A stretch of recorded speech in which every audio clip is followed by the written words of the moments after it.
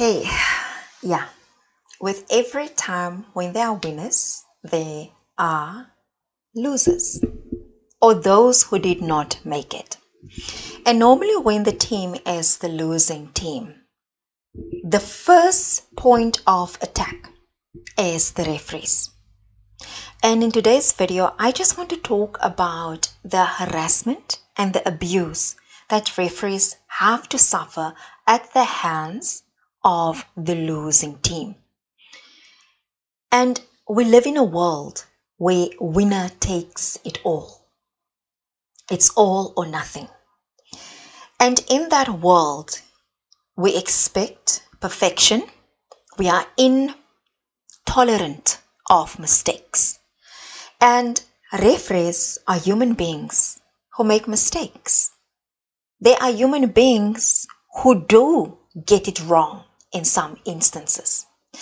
And we can interpret it if the decision goes against the team that we favor, and we believe the decision of the referee determines the outcome of the game. It's very easy to blame the ref. But as much as we want to blame the ref, there's nothing wrong with criticizing a referee because they are not gods. But what stinks and what is disgusting and totally disrespectful and wrong on all levels is when the family of a referee gets threatened because he was doing his job. And that is what a referee does. Every time he goes out onto a pitch, it is for his family. As the same way the rugby players are there and the support staff and management and everyone involved in a rugby team, whether it's the administration, the coaching, the training, they are there to fend for their families. And so are referees. You know, soccer has been notorious. It's known for unruly fans, for misbehaving fans. But it's quite disappointing that now it's also coming to rugby.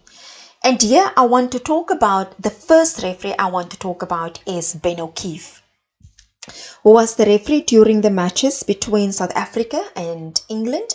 And then first South Africa versus France, and then again South Africa versus England in the Rugby World Cup that has now passed. And first of all, Ben O'Keefe already, with a game, the match between France and South Africa, and Ben O'Keefe is from New Zealand. With the match between France and South Africa, already he was put under immense pressure because France was on the home soil, if I can put it like that, in front of their home crowd. South Africa was not the favorite. France, it was between France, England and Ireland. They were the favorites to win this World Cup. And Ben O'Keefe was the referee between France and South Africa. And it's well known now that South Africa only won the match with 1 point, which means because the French gave us a run for our money. They played a very hard physical game and they were good statistically. They were good. They were better than us statistically. But in the end, they lost with 1 point while they were leading all the way. And in the end, decisions that Ben O'Keefe made, it was being named as one of the reasons why they lost, because apparently the insinuation is that referees favor South Africa.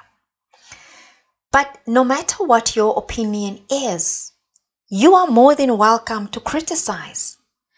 But it's not acceptable when the ref leaves the pitch, to then go beyond that and threaten his family, threaten himself, threaten him as a person, simply because he did a job to the best of his ability.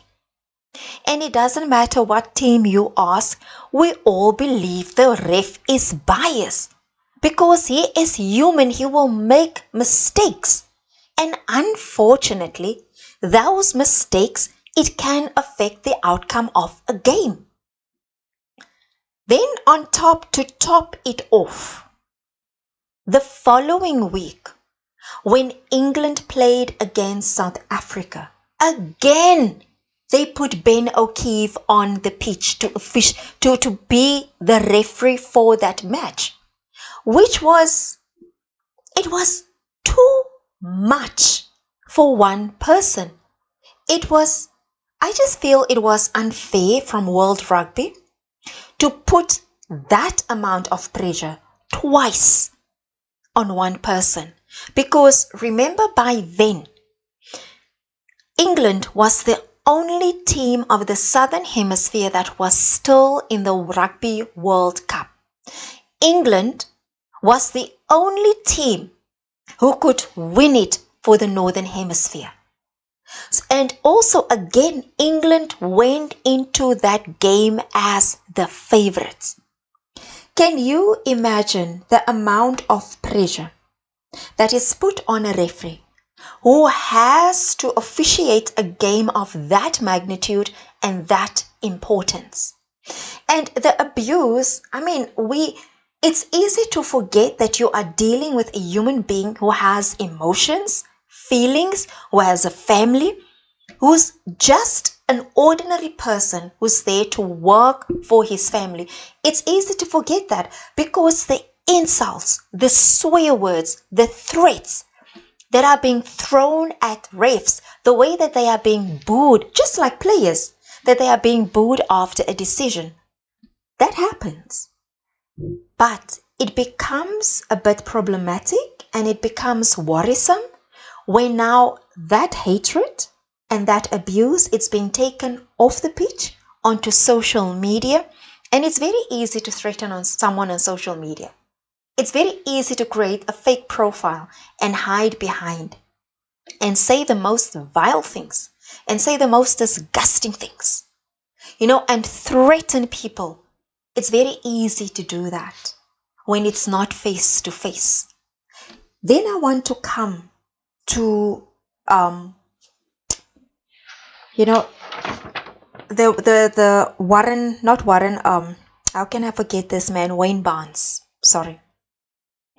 Wayne Barnes was, by now, everyone knows that he has been the referee during the highly contested, the World Rugby final, the finals in the Rugby World Cup. And he is one of the best referees in the world. And again, he did his job. There were many decisions that went against South Africa. There were decisions that he missed, and I will go on into those decisions in a show tomorrow. And he gave a red card to Sam Cane, the captain of New Zealand. But he gave a yellow card, and then it went for review. And when it came back from a review, it was upgraded to a red card. It wasn't Wayne Barnes who gave the red card. He issued him with a yellow card. So these are the things that when you become rational and you sit and you think about it and you follow the process of how something has happened, how a decision was taken.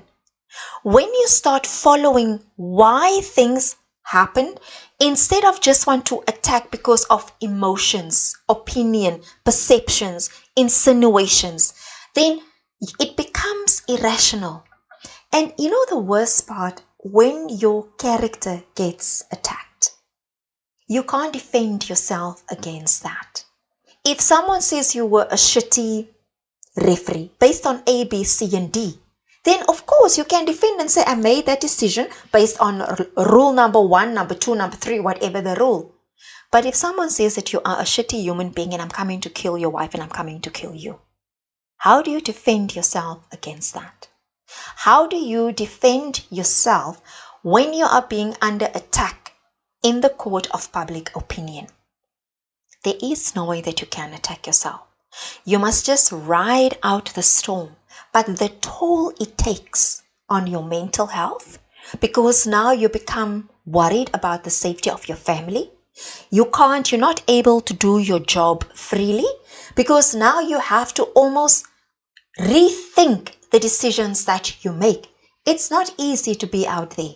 It's not easy to be on the limelight. And it's definitely not easy to make the right decisions every single time. Another referee that also had to face abuse was Angus Gardner when he was the referee between the match between New Zealand and England.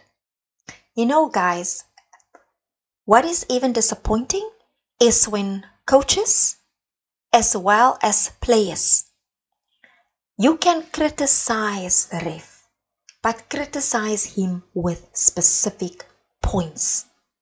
After a loss, especially when it's a World Cup where the stakes, it's incredibly high. And the closer you get to the finals, the more charged the atmosphere becomes. It's very easy to be swept up into that atmosphere of vileness, of threats, of just being disgusting. It's very easy to get swept onto that. But I said it earlier and I will say it again. Watching the match between South Africa and New Zealand, the finals, there were many times that we here at home, we said, no, we don't agree.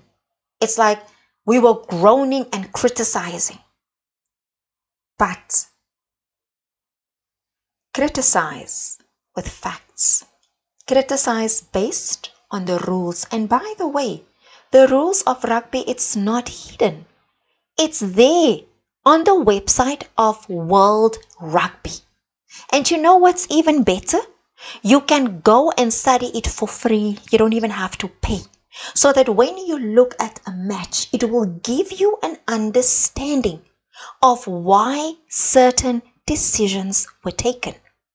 And the ref is the final authority on the pitch. He can choose. He is the final authority on the pitch. But a good referee will consult.